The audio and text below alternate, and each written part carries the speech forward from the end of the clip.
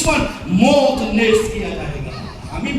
और तब क़यामत होगी। क़यामत कब होगी? जब आपके दुश्मन मौत नेस्त किया जाएगा।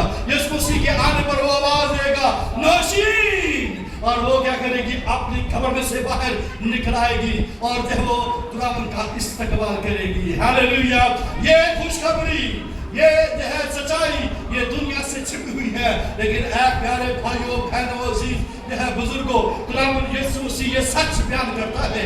ये दूसरा सच ये है, क्या कहता है? मैं तुमसे सच कहता हूँ कि मुर्दे क्या करेंगे?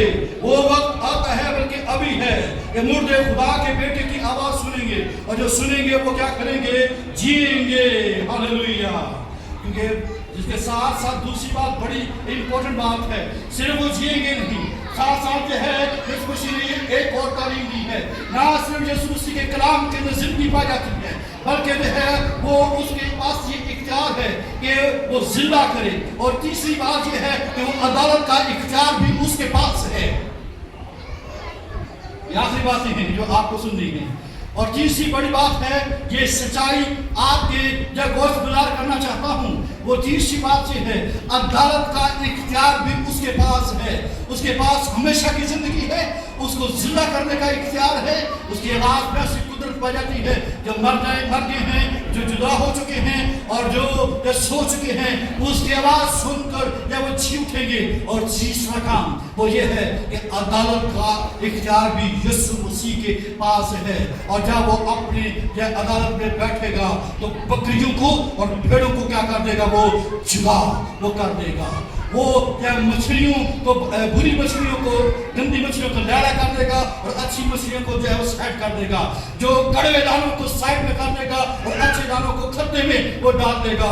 जो है उसके पास अदालत का भी इख्तियार है। और यीशु मसीह ने उससे ये कहा है, इससे ताज्जुब ना करो।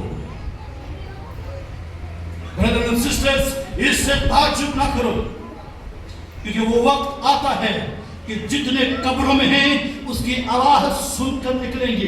किस बात के लिए निकलेंगे? जिन्होंने नेकी की है जिंदगी की क़यामत के वास्ते, और जिन्होंने बदी की है सजा की क़यामत के वास्ते। और नेकी ये है कि खुदावंद यीशु मसीह को अपनी जिंदगी का निजात देना।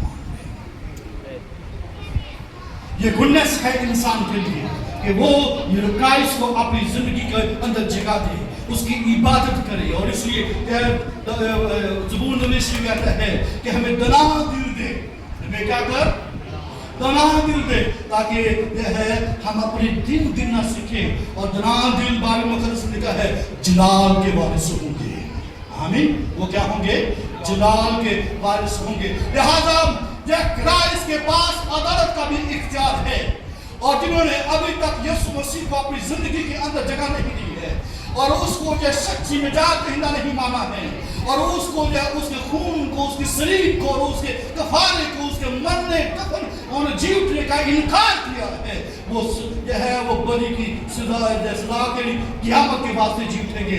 लेकिन हमारी अजीज जो हमसे जुदा हो चुके हैं, वो जो मसीह पर ईमान रखते हैं, वो मसीह के आने पर अपने कब्रों में से निकल आएंगे, और जो जिंदा होंगे वो बदल जाएंगे, और उनके साथ मिलकर खुदावंद यीशु मसीह का इस्तकबाल करेंगे, और इसी जमीन पर 1000 साल तक जो है वो बादशाही करेंगे। Hallelujah. Oh praise the Lord. और फिर हमेशा की जिंदगी के अंदर जो है अबदी बादशाहत के अंदर वो दाखिल कर दिए जाएंगे। लेकिन अफसोस उन पर जो ना उसके कलाम को सुनते हैं, ना उसके भेजने वाले का यकीन करते हैं।